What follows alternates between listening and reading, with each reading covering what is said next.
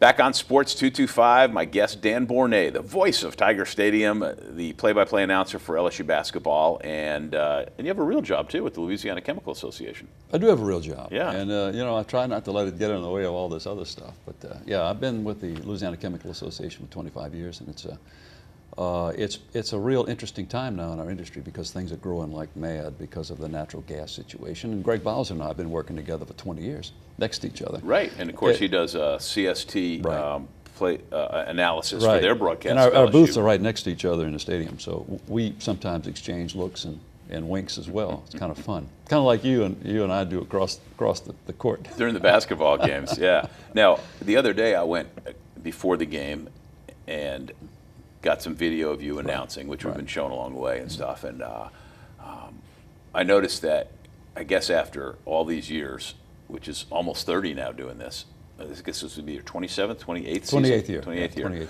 You're pretty comfortable at it. It wasn't like you need the notes or you need any time cues. I mean, they're all around you and pointing and this and that. And you're just talking, visiting. Okay, there you go, and you're ready to go. So you're in pretty much of a comfort zone in the pregame anyway. Well, yeah, because it's well produced, Lee. The people that do it, they script it very, very well. It's very tight because it has to be. You have to hit things right away. Sometimes you have factors you don't count on, like lightning and stuff like that, or maybe a guest captain doesn't show up and one does. You have to revise the script. But we're in constant contact with the field, so it works pretty well. And then once the game starts, I mean, the game kind of happens, and there's a tremendous relaxation there when the game is on, because basically all you have to do is call the plays after they run them. Okay? Yeah. And so when the play's being run, it's a lot of fun. But you say that.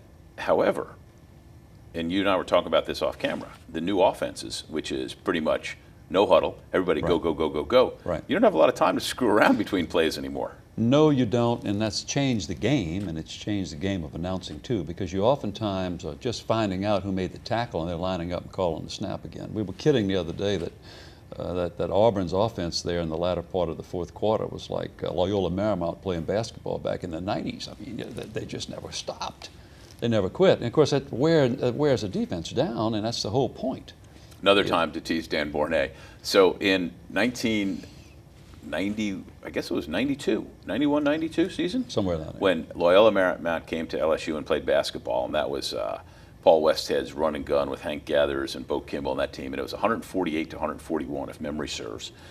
And nobody could keep up. I mean, the typewriter broke that they were doing the play-by-play on. You couldn't keep up. But the game ended, and you said at the end of the game, what a game, what a game. What a great, great game. Well, it was. It was. Okay. And you did a column on it. Well, sorry, I'm throwing you these lines. Well, when I threw it out this year, because this past year, so, this is something I was like, Dan, right at the time. So this past year, LSU has a fantastic finish. And at the end of the game, you said the exact same thing. Well, nobody got it except me, Of course, think. and I threw it out for you, of course. All right, I came over to Dan and was just cracking up, and of course I wrote that in the column, and and there were only two people who may have gotten it at the time and paid attention. Well, that was a special game, so special it took more than two halves to play. It was an overtime game, and the number of future stars. Well, current but future Shaquille stars. and Robert Stanley Right. and Chris Jackson. Yep. And then on the other side, my gosh, Gathers died just a few weeks later, Right. playing basketball. Well, if it was Chris, then Chris only was 89-90 with Shaq. Well, he was he played that game. I think we played him again subsequent to that, which was a totally different situation. But they all blur into one. Sometimes I can't remember what I did last week in one game I watched. Well, speaking of last week, the LSU football team. Right. What do you think of this LSU football team? I like it. I love what Les said. I think it was during SEC Media Days. He said, quote, "I like us," unquote. I mean, it is. Yeah. I love it. I think the offense is clicking. We've got great running backs. Our skills guys are just terrific. The O-line's working well. A couple of lapses against Auburn. I think Coach mentioned those in his post game. But the defense is maturing. And it needs to mature because, it's going to get tougher and tougher every week now with the conference. I don't say this to be funny.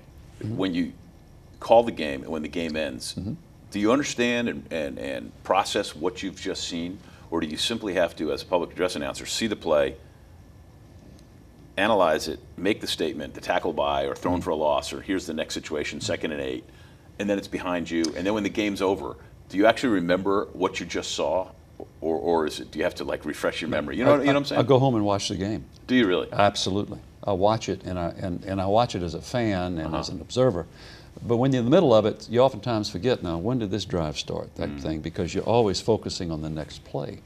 But brings up a good point. People who help me spot. Well, one of your spotters came in from Houston. Well, she's the best. There's never been any better. Former student of mine. She's never wrong. Never wrong. And you know, because I get it. And I met her, but what's her name again? Her name is Sarah Laborde. Okay. And I get the feed from the inside PA as well. For those who are unfamiliar with that, we have Jimmy Manasseh, who calls the plays in much more detail than what I do, and I hear his, and he's got a bunch of spotters. But Sarah's great, and then I alternate other spotters. But I find the guys are the terrible spotters. They're horrible. The girls, they know the difference between 38 and 83. And they don't care, and here's the deal, they don't care whether you run a B25 slant right or a post 46 blitz left. The guys want to coach. They don't want to give you the numbers. They want to question every single call. I don't need that. I just need to know who made the tackle. So I fired all the men spotters, and I hired just women now, so just girls. And they're very, very good. No, that's good. In 1998 or 99, I can't remember which year it was at Arkansas. LSU played Arkansas in Little Rock. And I was doing radio, and I didn't have an assignment during the game. And a guy from CBS comes up to me scrambling right before game time and says, "Can you work as a spotter for Don Criqui?" And this other guy for CBS was doing the game. And I said, "Sure." And they go, "We'll pay you $100. And I said, "All right." So I get in there, and my job is to just, kind of touch on the score, on the roster, this and that, and just to give them a little note now and then. Well, LSU had a defensive back named Clarence LeBlanc at the time. And, of course, I'm married to a LeBlanc. So I tried to explain to them a couple of times during that game that his name was LeBlanc, not LeBlanc. And it kept being LeBlanc and a few other things. There were other, like Marshall Falk and Kevin Falk were first cousins, they said, which is not true. And I never once acknowledged a word that I said to them. And I never got the $100 either. CBS, you still owe me $100. Well, Criquy's still doing games on the West Coast. He's like 150 years old. Criqui, I think, is the Notre Dame.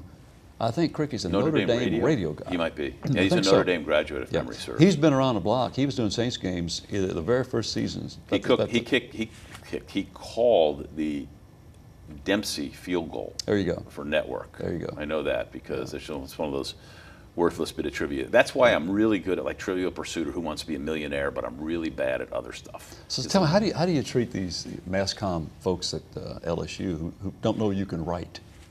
I mean, they know you only as this video star. I mean, I introduced you to one of my spotters the other night. She was just, she was just melting. Huh? She loves this guy. Thank you. Yeah, seriously. Unless they read any of my books now, because and the young generation doesn't read the daily newspaper, and I guess everybody's so concerned now about who's going to out-tweet the other. Yeah. The Twitter sphere is just, it's unbelievable. You go to a college football game now, and let's say there's 400 guys covering it. And everybody's tweeting, and they're all tweeting the exact same thing. So it just depends on who you follow. That's it.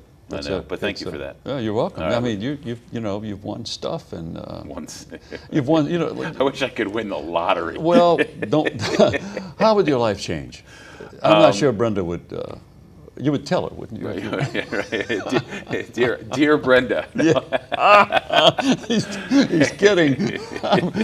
She will put a volleyball right where it hurts. If I ever win the big lottery, I got the plan. All I got to do is win. Dan Borne is the public address announcer for LSU football and basketball. He's mostly known simply as the voice of Tiger Stadium. I'm Lee Feinswag. We'll be right back on Sports 225.